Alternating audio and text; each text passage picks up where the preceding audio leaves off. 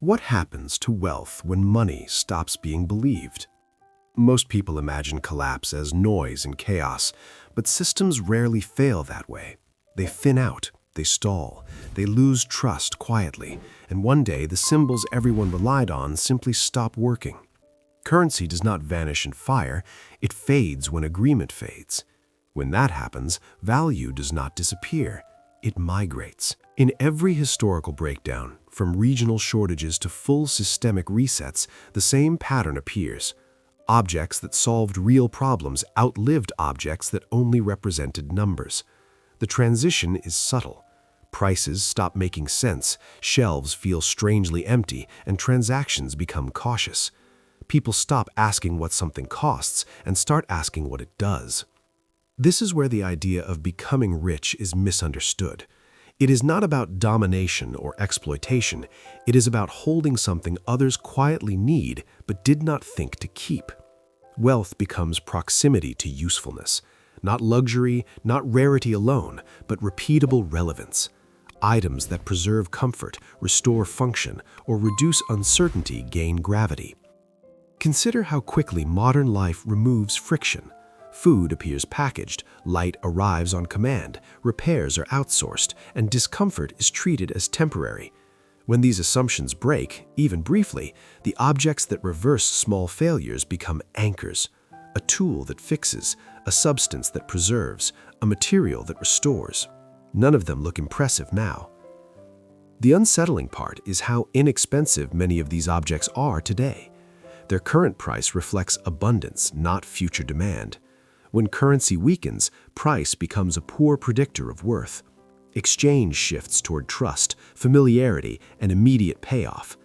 People trade what they recognize as helpful. They avoid what requires explanation.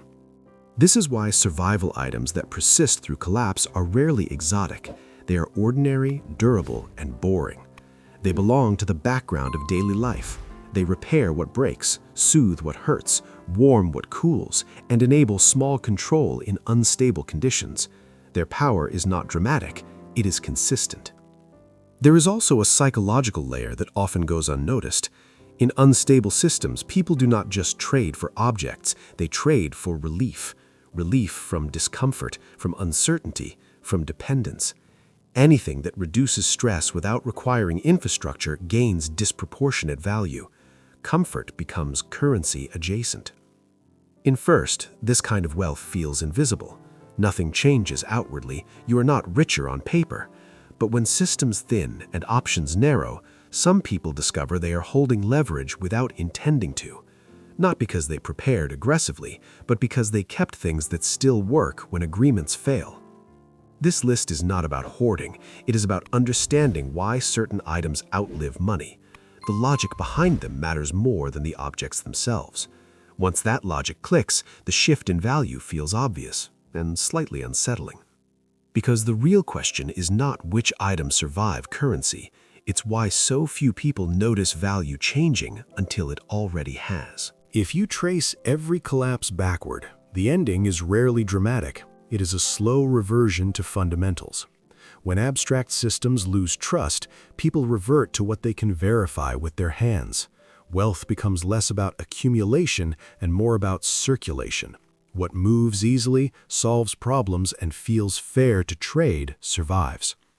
This is why certain inexpensive items quietly become powerful, not because they are rare, but because they sit at the intersection of need and familiarity.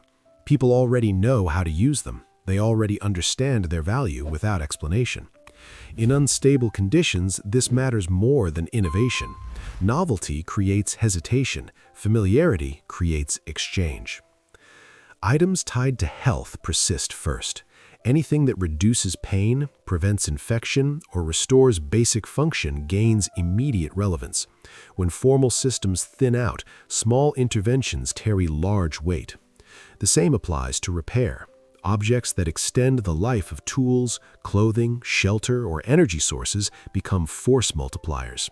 They do not replace systems, they bridge gaps when systems pause. Then there are items tied to comfort. This is often dismissed, but it is one of the most reliable drivers of exchange. Warmth, light, Cleanliness and sleep stability reduce psychological strain. In stressed environments, people trade generously for relief.